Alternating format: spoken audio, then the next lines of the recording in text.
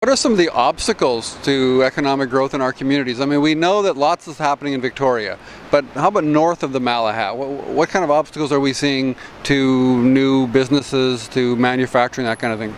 So what you're seeing on Vancouver Island is there's the persistent transportation challenge for the island. There's two aspects to it. The population of Vancouver Island is only about 750,000 people, and half of those are in the capital region. So you have a relatively small market. So your local market is small, so business tends to be small and small scale. And so anything that they're producing, if they're bringing in goods from outside of the island, the transportation costs are relatively high just because of the volumes. Similarly, if they want to expand to service markets beyond Vancouver Island, they're looking at significant transportation costs, not only to get their inputs to Vancouver Island if they have to come from outside of the area, they're also looking at shipping costs to get them out.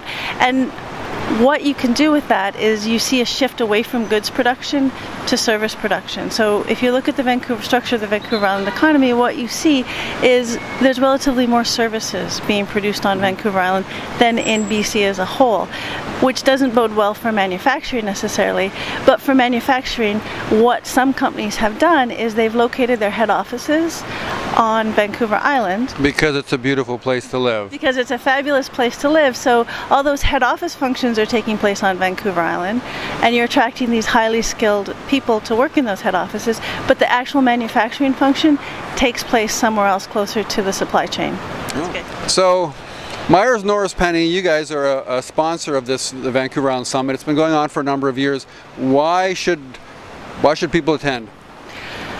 It's a great opportunity to meet other people who are interested in developing the economy of Vancouver Island and to talk about some of the obstacles and find solutions to some of the barriers to growth, particularly outside of the capital region, where you're dealing with things like lack of diversity in the local economy, or transportation issues, or lack of skilled labor. So it's a great opportunity to be able to network and learn about what's being done and some of the potential solutions for those issues. Okay, thank you very much, Susan. And it was very interesting talking to you.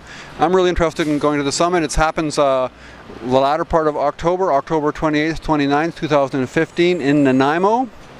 Thank you for watching. I hope to see you there.